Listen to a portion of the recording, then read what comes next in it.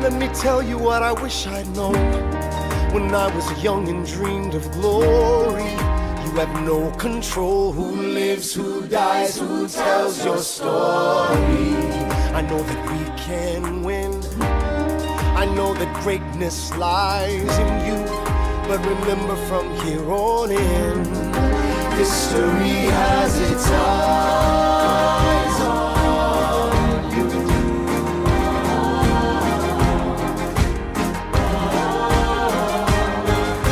History has its eyes on you. All right. Hello, everybody. My name is Robin0928. Welcome to the third MLP reviewing panel. Man, it's been an interesting day. All right. You don't know that half of it. Yeah. We'll not talk about that. But my name is Robin0928, so let's go down the line and introduce ourselves. Greetings, this is the AY Sony. Nope, still not. Greetings, everyone and everybody. I am Keyframe. I look at point A, point B, and everything in between, and I got dragged here by a lime green colorblind user. That's me.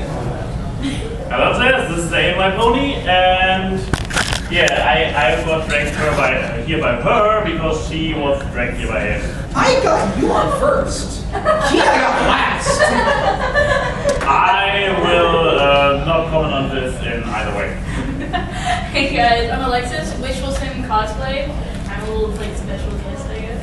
Yeah. We were going to have Eliora, but sadly lip sync battles kind of threw a bad hand at us for that. But She tried to sing Razzle Dazzle and it dazzled her out. she's dazzled out right now, but she's with us in spirit. And she's perfectly fine. Do not worry about her. We made sure she's fine. She just needs some R and L-E-O-R.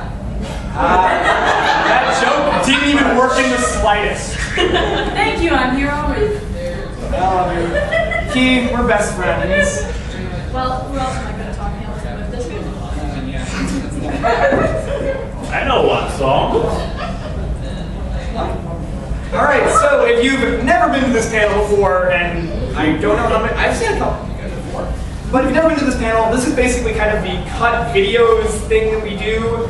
We take topics that either weren't good enough for their own video or we abandon halfway through, and we give a kind of roundtable perspective on them. So, Key, do you want to go first? Because you're a special guest. Or actually, we should start with you because you're on the end of the Let's start with Alexis.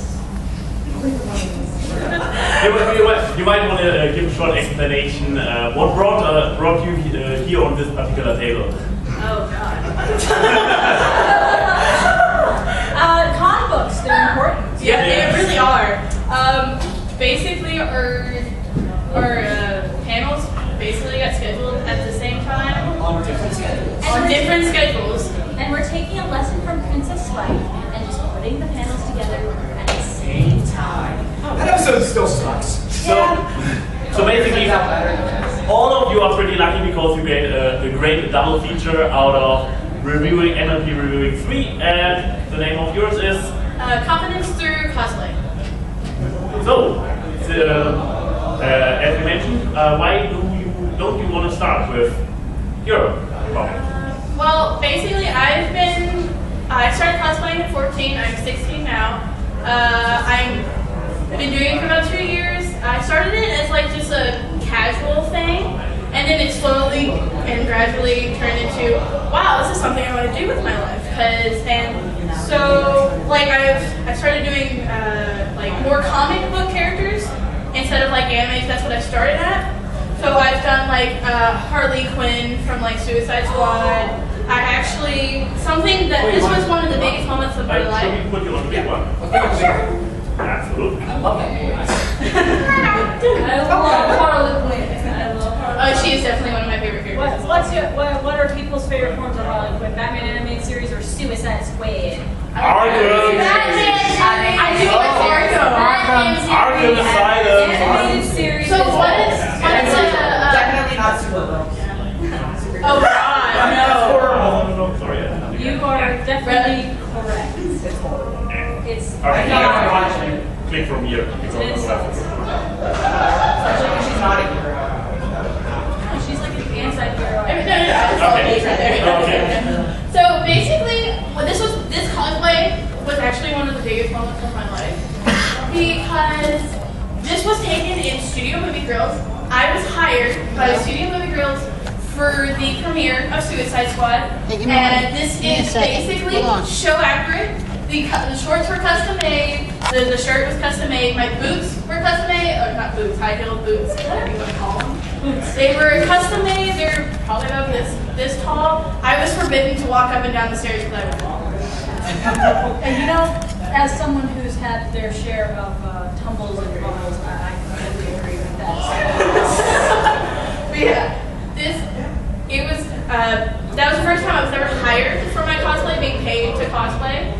It was one of the greatest moments of my life. How much were you paid, if I'm honest? Or is that like a disclosure? It's not a disclosure, I just don't remember. Now, okay, this is actually kind of a good thing because we all cosplay, I think. I mean, technically, all three of us are in, well, even four, are in casual cosplay. As human versions of our personas in U.S. Flutter. Yeah. Fun that. Yeah, I don't have my fangs in because I can't talk very well in them, so. Explain that, make up our own eyes. Yeah, and casual cosplay is, I think it's fun. Yeah, it definitely is. I mean, it's a fun way to hide your power level if you wanted to just walk around in public kind of thing. Yeah, it really is. Like, yeah, I could probably wear this around public, nobody with really bad eye, maybe pink hair. But what, the wig maybe? Well, I actually have a giant wig collection. I'm big. My hair is actually really short, so I wear a lot of colorful wigs because I don't go to school. I'm homeschooled, and which makes my job a lot easier. But yeah, this is casual cosplay. It's just a dress, a shawl, a wig, and fangs. I got now. Yeah, okay. I've seen you around, yeah. So I've done, of course, Robin is kind of my usual costume that I usually wear. I've done Jean Arc from Ruby before, which was really, really fun. It was one of the first non-MLP conventions I'd gone to, so I was kind of having fun with that. And I think that was like $5 for me to do that all together, because I kind of used pieces from other stuff. What do you guys have besides your OCs? Okay, quick question here is, who knows, because this is one of my favorite cosplays, who knows Black Butler? Do you know Black Butler? Yeah? Yeah. You know Playboy? I'm pretty sure everybody knows Playboy. This is The magazine, everything's yes. covered, so it's not that bad. But this was one of my... Everything's covered. That's a... PG convention, everybody. Yep. This is... Isn't it late enough at this point? It's 8:40. We Oh, could. no, let's not. Whoa! We saw some Cover things your there. eyes, Rainbow We Days. have a very small child in front row. I don't know why. Maybe we should take the HDMI out until you find it. Oh. There we go. I'm just gonna go around. I'll find it eventually. Oops. Selfies. Oh yeah, that was at my charity. Ladybug. That was actually at my charity event because I work for Heroic Inner Kids. It's a non-profit organization. So. Awesome. Oh yeah. There's that's from last year. I remember this from last year. Is that Twilight? No, that's Princess Katie. That's Canadian. Canadian Cadence. Princess Canadian. It's an old one. Never let it die. Oh. There it is. I like the wig.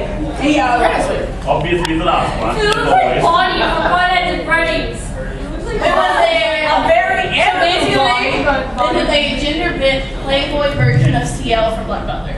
That's cool. That is very awesome. I see people outside the door. They're probably wondering what's going on. We don't Crazy know. things. We're making it up. Come on in. Come on in. Welcome to the madness. So, isn't that what? Come on in. Sit a while. We got snacks. I'm so glad I could join the party on this.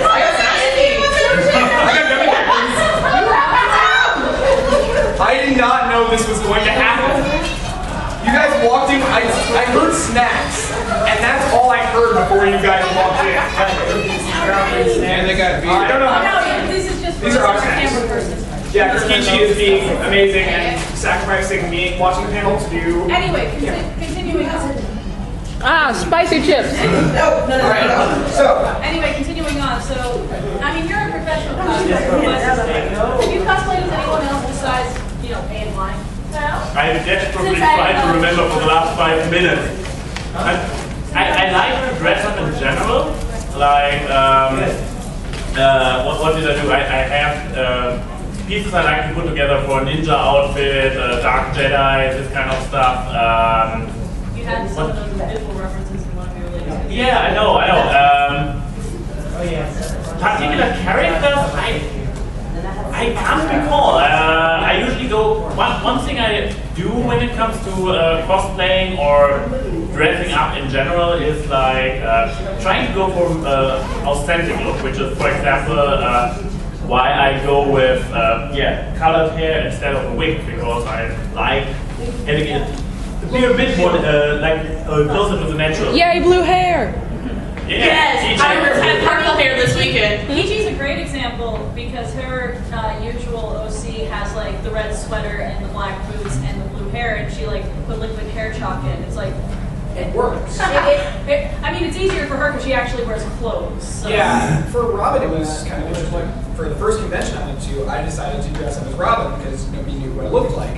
And the shirt I just made custom, and the hat, which has become a thing in the show, was just an idea I had because I don't have black hair, and my OC does. So to get around that, I just decided to wear a hat the whole time, and it's become a thing that exists now, which is kind of cool. Maximum fedora tip. I don't think I can ever go without my wigs. Basically for Key, because he is an orange color, and I'm already pale enough as is and a redhead, and I know that having too much of those warm colors will just wash me out and I will look really bad. That's why I don't call this the keyframe outfit, I call it the cosmic outfit, because my DeviantArt is a cosmic Chrissy. Because I basically split my facets of original work, fandom work, and my own self as 3 different people. Keyframe, Abby from the series I'm working on, Abby and Theo, and Chrissy, which is cosmic, because she makes everything. And this is basically the outfit I did because I think blue signifies more me, red signifies Key, green signifies Abby. It works, it's a running thing. But as for other cosplays, I mean, I've been working on a new Pinky cosplay.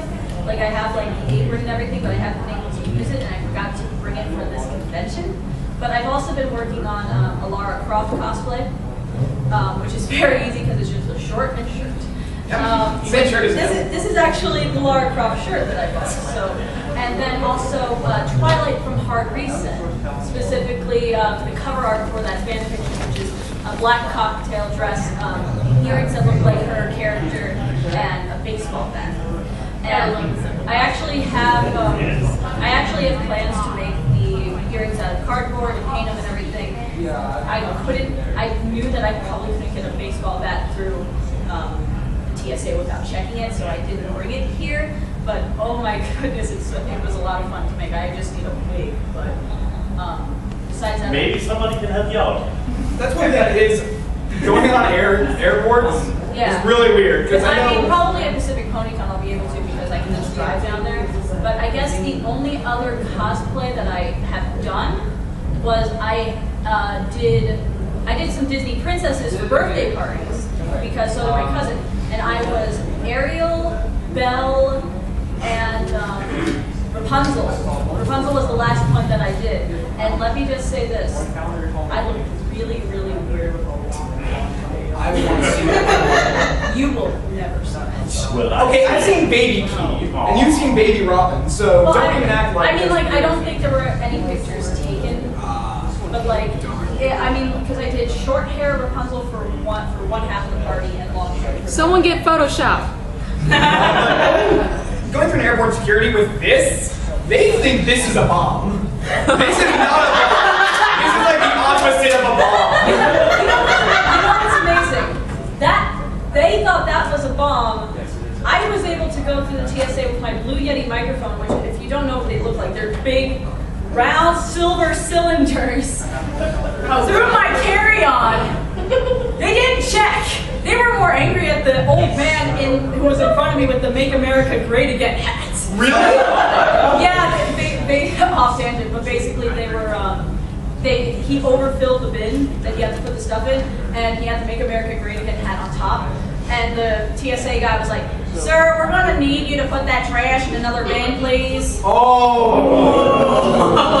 You can tell where those people lean politically, but what else do you have to say about cosplay? Okay, so Very insightful words. okay, so what do you prefer to do? Casual cosplay or intricate cosplay? Intricate. I know a cosplay, it's not going to be going on for more than a year because it's going to take me a long time to make. Has anybody ever seen Monster Musume? Yeah, okay. You mean like Yeah. The anime. the chick with the spider body? Yeah, and the basically. One of the many That's something chicks. I plan on making. It's going to take over a year. I plan on debuting it at Acon. I plan on doing Centauria Oh god. with the entire Centaur body. Oh wow. That's interesting. So, are you going with wheels, or do you have a very dedicated friend who will run this way? Okay, here's the thing with me. I have a lot of friends. I have a lot of cosplay friends. I have a lot of furry friends. So that's where I get a lot of my fur stuff. Because I have not done this. I plan on doing a Dragonite cosplay from Pokemon in Turlockon in March. And I already know who I'm going to get my tail from. I don't remember their name. But I know who they are. But yeah, it's always good to have connections. Because I could, one of the reasons I got hired as for Studio Movie Girls is because my friend who has been doing float longer than I have got me hooked up, basically. So it's always good to have connections, know a lot of people, because it could always, like, be great. I forgot what I'm doing. I'm doing Smoky Quartz cosplay. Oh! I'm doing Amethyst! I started working on that. I was going to try and get it done for this one with my dad doing Ruby for a day, but it just didn't pan out for me to be able to do it in time. You know what? I remember what the other one was. I'm going to be doing Peridot for. I'm gonna be doing Garnet. I'm going to be doing Peridot for Pacific PonyCon. So I'm going to be doing Amethyst for all one. We gotta. Y'all should get back together. Right! MLP reviewing 4. Right. we need to move on to our next topic. Yep. So Yes. and Me, okay. Yeah. Let's see, how can we work this into both directions? I guess whenever you get active in the fandom in whatever way you want, I mean, this basically, I come from the YouTube background, but it probably also applies for every other thing where you have projects. It's about starting off with realistic expectations. Know what you're getting into, have a little bit of background, check what it is, what is realistic to start out of. Going off again from the YouTube point of view is like often enough people are coming at you like, oh, I want to start out, can you, and I want to start with a bang. I want to fully animated, I want to have like Persian Poetess. all the biggest names in the entire fandom, probably a cameo by the Lord Faust herself, and all this in my first video, even though this person has never written a single word in a script or has edited anything, not even talking about animation. So yeah, I would say it's important to keep expectations realistic, to know what you're getting into, and I guess the same also goes for cosplay. Like you can be like, oh, I put on a T-shirt and now I'm cosplaying, but no, this is basically a more fitting start to point out of, to be like, hey, I start with an easy one and then move up. I slowly build up a collection of items I can use for cosplaying, and you don't probably want to start out with a super expensive, elaborate thing at first. You did, Jim. Well, sometimes it worked out. Okay. There are exceptions to every rule, including keyframe. I mean, come on. Actually, including me too. I started with a collab with Silver Quill using an iPad microphone, and the stuff that I said was good. The writing was fantastic. But like, no, Your audio quality was awful. I just remember every time that people do like running reviewing panels and saying the do's and don'ts, everyone, and when I'm on the panel or in the audience, everyone kind of slowly looks at me and be like, accept keyframes. Yeah, I started off within the fandom with. This is gonna sound like I'm completely contradicting AMI's point here, but I did a podcast with Anthony C. But the thing about that was, I got incredibly lucky. I was just in the right place at the right time. He had never done a real podcast before, and he really wanted to try it out. And I offered to do it with him. He stayed up until way too early in the morning to do it, but it got done, and people started knowing my name. And then I started doing very small reviews after that. I did have cameos from other people, but that was because I knew everything. I knew everything for NCC. but you do want to start off smaller and then build something bigger. I've been working in film for like 9 years almost. Since the 4th grade, I'm working on making movies myself. So it's something that I'm passionate about, but I never started really releasing them until 3 or 4 years ago. I mean, like, one of my biggest advices, and this is coming from someone who's not just a reviewer, I would show me, is to start with a big idea and whittle it down. Because I think, to me, because like when I'm working on, you're going to hear me say this title a lot, when I'm working on Abby and Theo, which is an original series we're working on, I have this big idea, I have the entire world, the mythos, everything that needs to happen. And then I have to whittle it down so everything can be in episodes. And I mean, that's it. If you're working on a show, that's what you have to do if you do have a storyline. And it's the same thing for reviews and everything. If you have this big idea, like, I want my character to be this person, my persona to be this person, my stuff to be like this, whittle it down into simple, easy steps. So like, if I wanted to, like, take good quality from the cartoons video that I did, if I wanted that to be my first thing, oh my goodness, it would have taken forever. But I take the big idea and then whittle it down to, okay, let's make it be vectors, or let me get some clips from the show or some pictures from the show, and then do this. You don't need to be extremely Josh Forger, KP's, editors, levels of perfect right at the beginning, because that's an unrealistic expectation for yourself. Have fun in your first couple videos. No one's judging you, you're doing a pony video on YouTube. Yeah, and granted, and take criticism and listen, because you can get comments that say, you suck, go drink bleach. That's comments that I definitely got in my first year. I got those comments, actually. But the comments you need to really listen to are the ones that say, I didn't like your video, here's why I didn't like it. Provide specific examples. And even some that are very simplified, like, your audio sucks. Okay, well look at that comment and try to find a way to improve that thing. So, a lot of people said, your audio sucks. Well, that's because I was 12 and I didn't hit puberty yet. So I hit puberty, and then I started working to improve my audio quality. And no. But I mean, like, it's he's dead to me.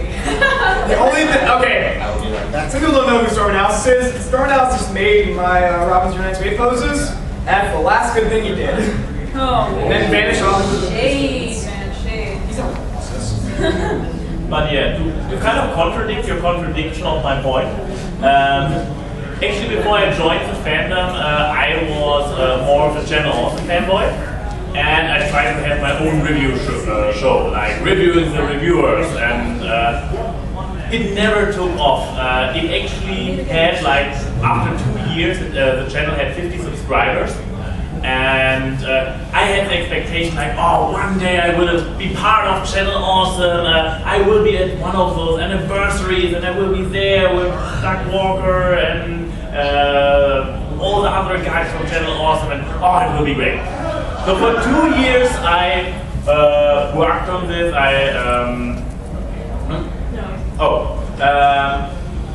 And while I was very happy with the quality I reached at the end, it never took off as a show, so I never reached this high expectation I had for it.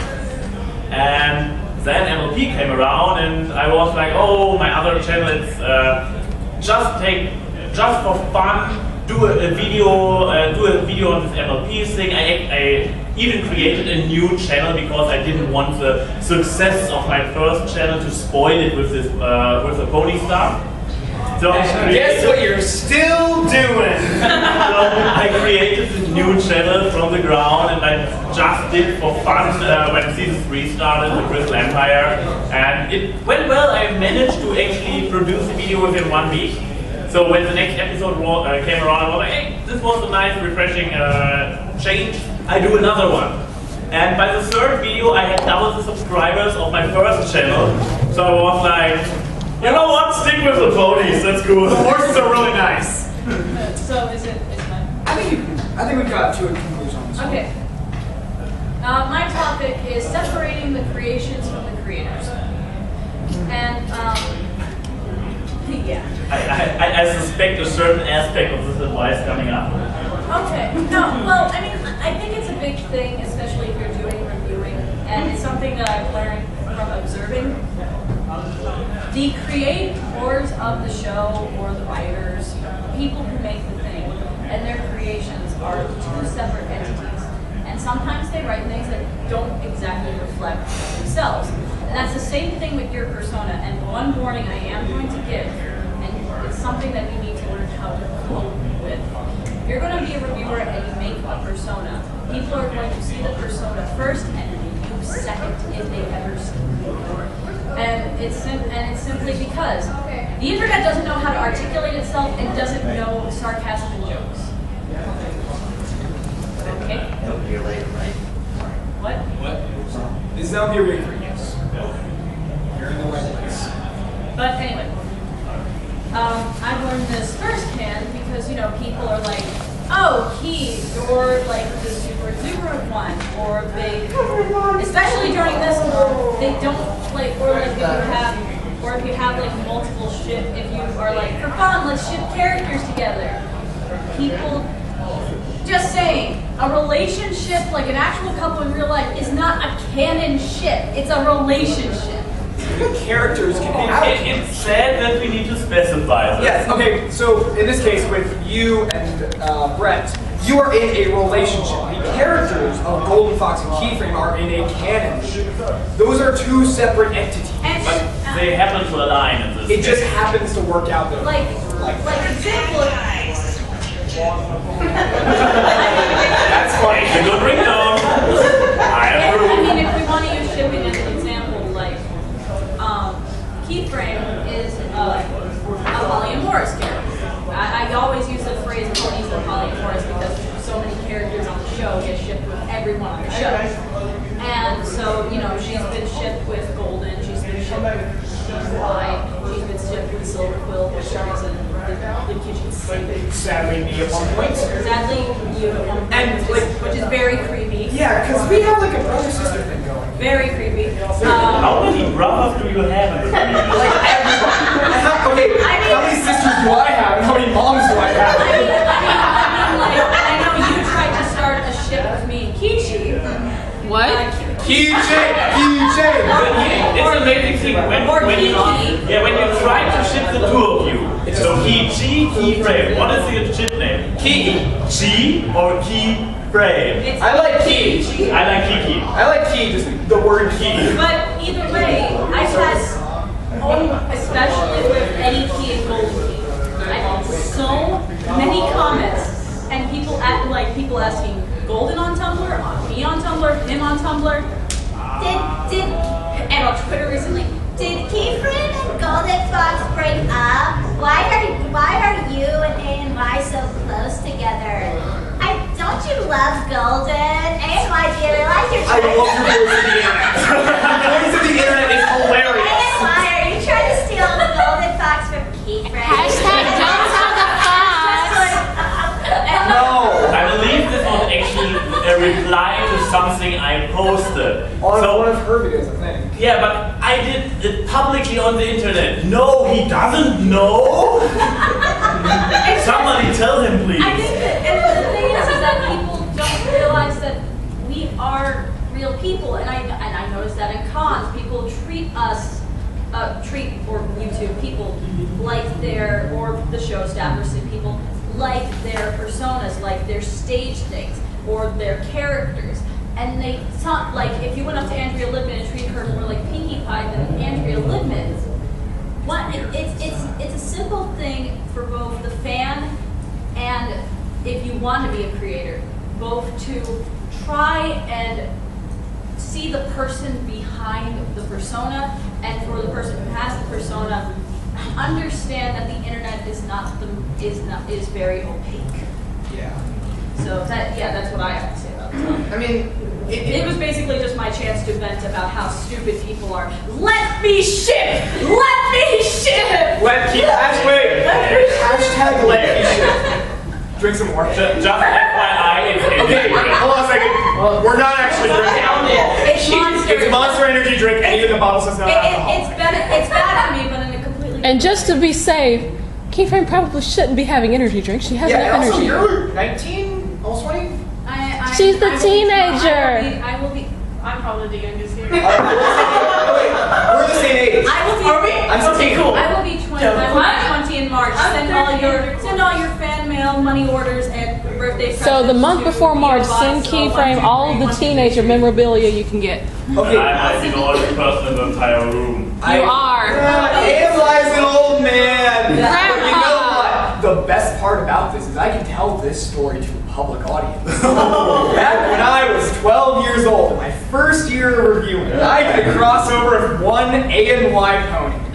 Wasn't it Power Ponies? It was not. It was the one before that. Was Flight of the Finish. It was my first real crossover. Besides, I did a couple in the first, my first season of My Little Robin. But this is the first real crossover I had on somebody else's channel. And I was 12. You were 30 something. Almost 3 years ago. Almost 3 years ago. So I was still below the 30, thank you. 29. Okay, so he's 29. Okay, there's a 17-year age gap here. I am in the 7th grade, and this man is asking me to correct his English. Not like, I tell this story to my family sometimes, like, oh, like you were correcting it because you're a grammar Nazi? No! It's because he was legitimately asking me to do it. I love this story so much. In my defense, I should probably tell what. I should probably reveal that I am German. Yeah, he's very German. And I'm not very German, I'm literally German. I mean, we should also, in his defense, whenever we collab on something, we do a lot of collabs. He has to correct me sometimes. I correct And she is a native speaker and a nerd. I am a janky. And she hates the apostrophe. Oh yeah. Oh my god. Robin. Brandon, okay, we were working on the video at one point, and literally every line there was a contraction in it. And I would have to go behind her at the apostrophe. And I hated it because I couldn't read it right. Even when you wrote my lines, you wrote them without apostrophe. If it makes you feel better, I do that too. Apostrophes are important. Sound with apostrophes, a pox on apostrophes. Who's right? No. Apostrophes help I'm from becoming im. Well, you know what? I'm very smart. Smart people can say the apostrophe. Keyframe, listen, Alright, so, listen to Robin. I was Apostrophes are super important. afraid yesterday because you told me your topic and it was the exact same as mine. I changed it, don't Thank you for changing because You're so welcome. I Oh, by love the this way, person. do you have to offer something about like the Well, I persona do, and the person behind it? I mean, you're a cosplayer. This is my mascot. I mean, I guess in the case of a cosplayer, sometimes people walk up. It's the whole reason that cons have to say cosplay is not consent. Yeah. Yeah, oh, that's a big thing. As you can tell, I am a plus size cosplayer. Recently, I got a lot of stuff for that because of my Harley Quinn. What was I saying? Because people view you as shirking the purity Yeah. of the character. Yeah, it's more like- than don't wear a costume. Most of the time, it's like, oh wow, it's just great cosplay. But sometimes you can get those people who are very snarky. Like, oh, this character's skinny, you shouldn't cosplay that. Screw you. And this is a weird one because like we don't know what size Fluttershy is. Exactly. It's a generic Flash model. I mostly get a lot of stuff for my Harley. Yeah. Even though she's my favorite cosplay. And it's fabulous. Thank you. I love Harley Quinn, so I'll give you one. I mean, I guess it's like when people try, especially in the Steven Universe fandom, Oh. when people try to, when Oh. people try to cosplay as certain characters like Connie or Garnet or something, and people are, and it's just like, oh, you can't cosplay as them, your skin tone ain't right, or you can't cosplay as them, or what's your body size? So I'm having only because I know that there's been like recently a skinny girl cosplayed Rose, and she got a lot of crap. I was like, she looks good. My sister cosplays Rose, and I don't know if I have the photo on my computer, and I want to show this if I can find it. At the end of the day, they're rocks, and it's been canon in the show that they change shapes. Exactly. So what does it matter? I've seen people online also that don't do body paints for the gems and they get flack for it. And then Yeah, when they And do, it's like, Yeah. dude, so what? They didn't want to paint their whole body. And then when they do, it's like oh, you're black facing, oh, you're white facing. I'm gonna gray face in a couple of months. But, There's all the stuff I use for the. It's honestly, the one thing I'm gonna actually on that topic. Honestly, doing a skinny roast court in Texas is very dangerous because last year at Alamo City Comic Con, they hit this very well. There was a woman, she was attacked literally attacked by these really toxic teenage fans. She was doing a very skinny roast courts and they attacked her, they ripped her dress to shreds. Fit shaming. And roast course dress can be very expensive if well made. Or if you make it yourself, like Exactly. I know from personal experience. It's a multi-layered white dress, and you know how hard it is to find different shades of white. And it's white mostly. And I remember, if my sisters had gotten destroyed, there would have been the people who did that would have been alive. Because it takes time, and those people and you guys put so much effort into your costumes, and I could not imagine somebody really destroying. The funny thing right now, my mom's at Makerspace making costumes. Are you serious? It's like the big thing is like they can't see the technical skill behind the vision of what they view is the most ideal form of the character. Exactly. Which at the end of the day, it's a drawing on a piece of paper that's projected either on the internet or on a TV screen. Another thing to go back on your persona thing that you were talking about, a lot of people, when you see a cosplayer, oh, she must act exactly like the character on the show. I get that a lot, and I'm not a big, oh, I'm going to act quirky because I'm Peach Pie, or I'm going to act quirky because I'm whatever character. And it's like the only time I ever really act a character is either A, when I'm hired for it, or B, when I'm doing a charity event because, you know, little kids, they like to be a character. But when I'm at a convention, more than likely, I'm there to have fun and not be in character 24/7 just for your pleasure. I agree, because it's like keyframe the character. I would say, I mean, there are certain facets of my personality that she is, but I think my friends, like these guys, they can see, I think that people can see that when you get me out of the persona, I'm actually a lot more introverted and quiet than. I don't know. One AM. I mean, like I'm more quiet and I'm kind of more, I guess, snarky or something. Like That's true. I'm a lot more laid back than normal keyframe. Who's like my normal voice right now is like this, but if people notice when I do keyframe, I'm a little bit more bouncy. My voice goes up a little bit higher. It's like it is a change, a very minor change, but it is a change. And I love going to cons, but it's like sometimes people walk up to me and they expect me to be at that energy 24/7, and it's like asking someone who's wearing a vinyl thing to constantly be carrying around a bass cannon. And if you can do that, and this is not to knock people who do these amazing costumes and stay in character 24/7, because that is a feat. It's really hard to stay in character, especially when you're around little kids.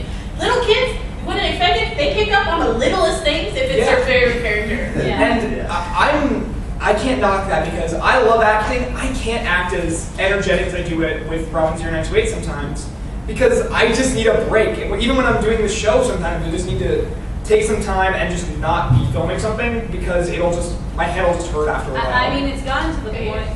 Yeah, it's gotten to the point where I have to, where I've actually started writing Key a little bit more like the straight person. Like in one of the most recent videos that I've done with Kichi and British Ninja and FNGR, she's actually the more straight man character, when she's usually the more goofy one.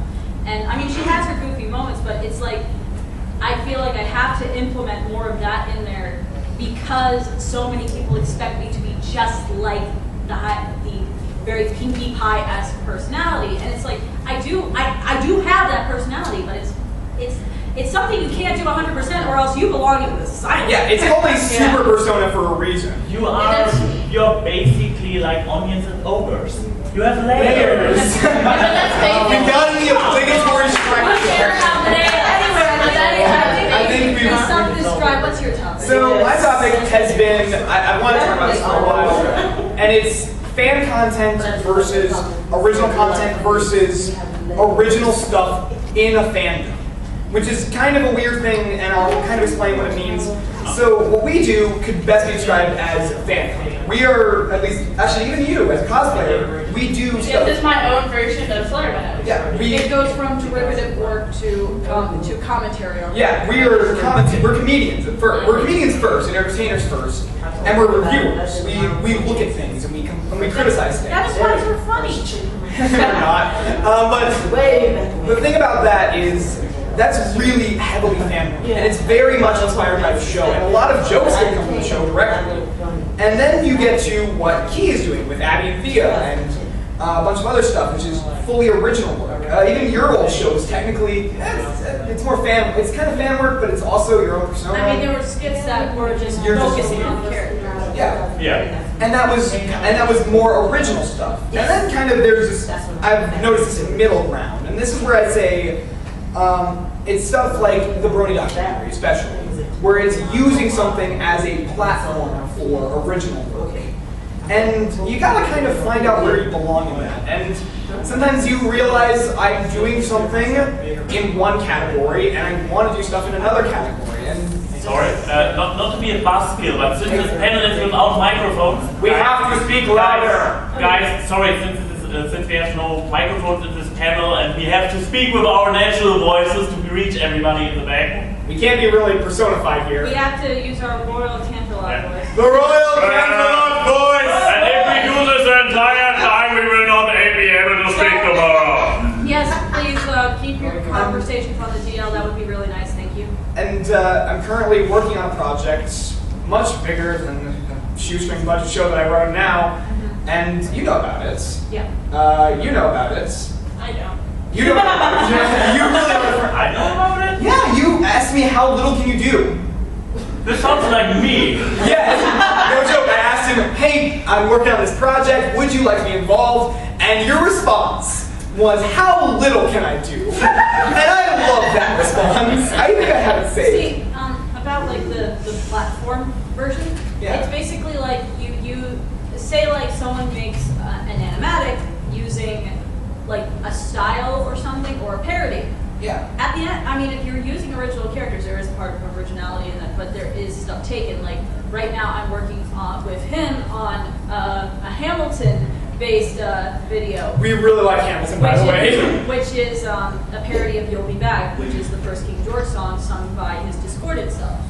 And like, it is his original characters. The lyrics are made so it fits that character's story. But there is stuff that's still a platform. Yeah, what she's using is a platform, which is Hamilton and even kind of MLP. And at least the MLP aesthetic. And she's taking that and building on top of that. And it's sometimes hard to do that. And it's very, especially, I can talk about this because I'm working with this and it's driving me psychotic. It's very hard to, when you've been doing fan content for as long as I've been doing A&Y, you're about to celebrate your 4th anniversary of that pony stuff. I just celebrated actually you celebrated your 4th, I celebrated my 3rd. I celebrated my 2 a couple months ago. And you've been doing cosplay for 2 years. It is really hard, and even with cosplay, making your own design for characters. Oh God. I had to do a character for my 3rd anniversary, which the costume drove me crazy because it was so hot. And I hated filming with that, but it was original. It was all my own design for that. And I was so proud of it when it finally came on film.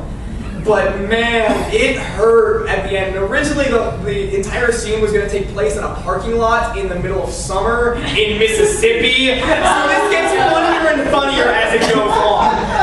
Guys, you're talking about hot. Try wearing a corset at like in the middle of summer. I think I have like just layers and layers of dress. I have I mean, one. you already beat me and tried to wear a corset, so. I have one better. Try wearing a spandex outfit. I'm wearing spandex. Try wearing a spandex outfit with barely anything under it. In the middle of a public convention with the AC turned on high. Welcome to with goggles on a stage, completely blinding you because it's so dark. Welcome to BabsCon 2016. Okay, this freaking costume, I hate this thing so much. It's a biker jacket, which it's ventilated, but not very well, and it's bright yellow. Like you can't really see it on the monitor, but it's bright yellow and black. So it's also kind of heavy with the shoulder pads. So the idea was originally to do it outside so I could do more physical stunts with it, especially because I'm wearing a helmet at that point. But it's a black helmet and a black, barely ventilated jacket with jeans on. And that was what I had to wear. And I was filming and I couldn't turn on the air conditioner because then it would sound horrible. So I had to do all of that in that costume with no air conditioning, and my original plan was to do it outside. And it was, and you can see how bright it is out there. That day was about 100 degrees. I think that's the moment that Robin realized maybe this wasn't a good idea. But you know what? When this video came out, I was so proud of it, and I was so proud of the work that was put into it. And that's kind of where I'm feeling with using something to create an original work from a fan creation, because it's kind of inspired from a lot of different things. I mean, there's the entire ending speech of the Lego movie that basically describes it, and I think anyone who makes fan content or review or stuff that falls under fair use, basically we're taking something, but we're making something completely new out of it, and it's not something that should be feared or hated. It's something that should be embraced, because if you make something new, then someone will make something new out of that, and it's a domino effect. I love that speech so much. And Lego movies so still awesome. didn't get nominated. Yeah, Everything for an was Oscar. awesome. And I actually used kind of some of I love that that. in the last Love Your Viewing intro. It was Fox's line of, I made something that inspired someone else who inspired someone else. With the idea of Brony reviewing in and of itself, it's somebody inspired somebody who inspired somebody who inspired somebody, and now there's hundreds of us running around. There's like one thing, because you talked about original content, and this is advice to anyone who starts out with fandom stuff and moving on to original. Don't expect every single one of your fans to immediately shift to your original stuff. It's like a gradient in Photoshop. You got to go through all the in-between colors before you get to the next. And it's simply because, and when you look at many online animators like Egoraptor, Psychic Pebbles, Oni and G, they started with parody animations of video games and TV shows, like Animated James too. And Animated James. Starting with Fandom. And Psychic Pebbles and Oni and G started doing parodies, and now they're doing Hellbenders, which they are getting like pitches for TV series and stuff. And Egoraptor was doing Game Grumps and Starbomb. But there's still those people who will be like, why aren't you, who will stick to just Polka Awesome and stuff and not shift to like Starbomb or something. And it's the same, and it's especially the same thing, especially for a fandom that's so dedicated like this.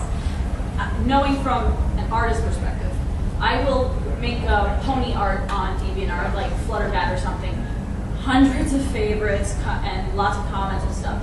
And then I'll post something either not relating to the fandom, like Or Abby and Theo. or something not relating to the fandom, like I don't know, a Scooby-Doo artwork or whatever. Random example. Put a lot of time, especially with Abby and Theo stuff, effort into it, and it gets half, if less. And yes, it hurts at first, but you need to realize that if you have a balance between the fan work and the original work, there will come people from in between. There will be people that stick with one or come to the other. And that's perfectly fine. Everyone has their taste. And as a content creator, you have to respect that. And as a fan, you need to, I feel like as a fan, at least give the new stuff a chance, because you may realize that maybe you don't follow the person just because of the fandom, but because of the person. And I started with original work, but it was never published because I was a student. You were 12 years No, old. not 12. I was 9. Remember I told you I've been working in film for almost a decade? Hey, I got one bar for you. I have a YouTube channel. It's still online. Oh, what's it called? We gotta find this. I ain't saying No. crap. We won't say it on the panel. We'll talk about it afterwards. No, I want to see some of this. No, the thing was that this is how I got into video editing. Is that my parents bought me a crappy little camera that had like maybe 12 little MBS. You could probably count the pixels. And they gave me the DVD for the first season of What's New Scooby-Doo, and I pointed it at the TV, recorded it, and then put it in Windows Movie Maker over a song, and made A and Bs out of that. Oh, baby Pete! I think at the time I was maybe 7 or 8 years old. I was lucky enough to not have a YouTube channel at the time. There's a lot of personas that eventually built up to Robin0928. One of them, I'm ashamed to admit it, was named the Lego Man, Critic Man 0928. I'm not proud of it, I'm not proud of myself, but it was something I did, and I will tell you that 9-year-old me absolutely loved that. And it was fun, and it was my very first experience with criticism. And as stupid as it was, and as bad as those videos are, I can't help but respect them enough. Because they brought me into doing My Little Robin and the character of Robin 0928, and they all kind of inspired that. And I'm so happy that those videos do exist, and even if I can't find them anymore, I know why they're important to me. And the fact that they still I still am really building onto that character that I created all these years later, it's something special to me, and I still hope to do more characters and more crazy things in the future. Yeah. Got something? So, it was basically canon versus... fan work versus original work versus kind of stuff in between. Point A, point B, everything in between. Hey! She said the thing! She said the thing! She said the thing! Okay, I'm gonna have the audience do something. When they say, she said the thing, I need you to guys go, yeah! Wait, She you have to say said the thing. She said the thing. Woo! Dance my puppets! Okay. She's had so much fun this weekend. People do exactly Good. as I say, like Top Hat Man, jump up and down. I can't do this! Sit! Oh my god! Clap! Go on. Don't do it, man. No, it's Rick. Nah, well, It's a game of pizza. yeah, pretty much. She said. That key said, she said. Not finishing that. Okay, you. It's less of an actual point, but more of anecdotes, which I the topic you introduced kind of reminded me of was one thing is that for those who have heard of it, that there is sub-fandom, you could say, of Fallout Equestria, which is basically, for those who are not familiar with it, there is this video game series called Fallout, and somebody did an adaptation of it called Fallout Equestria, KK. It's there on film fiction, and there's also a completed reading on YouTube by Craig Scrambling. There's also a review of that fan fiction by the MLP Pony. That's true. Man, how great is that? Okay, this was actually not the point I was going for.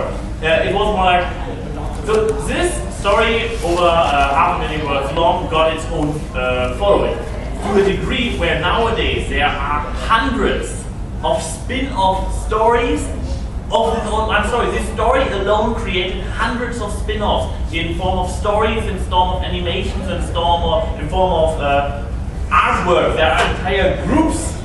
Just you. There are entire groups, for example, on DeviantArt dedicated to this one sub-fandom universe. So within this sub-fandom there is another infamous story, which is goes by the name of Fallout Equestria Project Horizon. And a lot of fans of the original Fallout hate this story. They go nuts about it. They like, oh, this. Isn't that the story where they go to the moon? Yes. What? Spoilers, but yeah, Project Horizon. While the original Fallout is a very subtle, dark story with a certain psychological aspect to it, it still has a certain subtlety. I mean, as subtle as something can be in a universe with talking magical horses. So There is no subtlety here, it's all dead. Subtlety's dead. Okay, I tried. We only have 1 minute. So basically the point I was going for that. And Project Horizon is, for the lack of a better description, what's it called? Anime for boys? Shonen? Shonen. Project Horizon is basically a shonen anime. Quite literally at points, because there are very direct references to Ghost in the Shell, Gurren's Lagann, Fullmetal Alchemist. Yeah. Yes, that. So pretty much, I personally love both books. However, some of the more some of the fans of the original are like, no, this new one is completely destroying the original one. They hate, they literally hate on the new one. And here's the funny thing: how I usually like to explain how you should look at Project Horizons. It's basically a fan fiction of a fan fiction. So, what does the original one do? The original one takes concepts and ideas and characters from the show My Little Pony, takes it into this new setting, and creates its own world, fills stories, creates new stories around the characters. I mean, the main things are still there in a certain way. Technically, but it's spirit not. of the show is And there. technically, not. It's not. All it is the original Fallout storyline. Yeah, The pony. also. That's it. Yeah. You got the master. True, in form of, well, the goddess. Yeah. But yeah, and basically what most fan fictions do is take concepts of the original and adapt them, fill plot holes or create your own stories around it. Yeah, and, or give the story something the original show could not do. Basically every fan fiction that goes to team rating or higher can never happen on the show. We have only 20 minutes. Less. You We have started late. Can we get 2 minutes? Yeah, we started late Because of the schedule confusion. Yeah. Well, there's another panel. So We know we're trying. We'll wrap it up as quickly as we can. Okay. By the way, we'll move this out into the hallway, but we do have these beautiful MLP reviewing 3 prints. We have a lot of them, and we are all willing to sign them, even though you're not on these prints. You can sign them. I can sign. So I guess wrap up your point Yeah. and we'll move out to the Wait, I have left. to say one thing. Trying to wrap up the point very quickly, like, I think it's kind of fascinating that even a derived work of original work can have its own derived work, and the same thing that applies for the first level of derivative, whatever. What applies to the first level also applies to the next one. It's all like you take the original, even though in this case the original is already a fan product, and you still create your own aspects around it, your own vision. Yeah, that was my 2 cents. Now, I'm going to say something. It's kind of, I think you know that I'm planning to do this. This is a project that I was talking about doing this original thing. This is not coming out anytime soon. It's barely gotten started. But we are going to, at some point, be talking about having fans help out with this project, and as we're talking about derivative communities.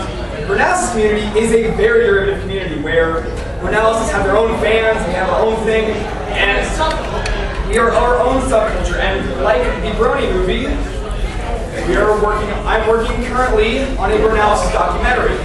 Now, as it says, it's this lifetime. It's not coming out next year or even maybe the year after that. I will find, we will have this. Maybe not this year, maybe not the year after that, maybe not. We don't know, and I can't answer that many questions about it because it's still a work in progress. And this is the thing why I asked how little can you do? Yeah, I told you how little you can do. But it's a very early work in progress. But I'm saying this now to say, yes, there is derivative work, and this is kind of our own original project that we're working on, and we're actually going to, scarily enough, to even tie this together, have fans working on a fan project about fans? I'm confusing myself. With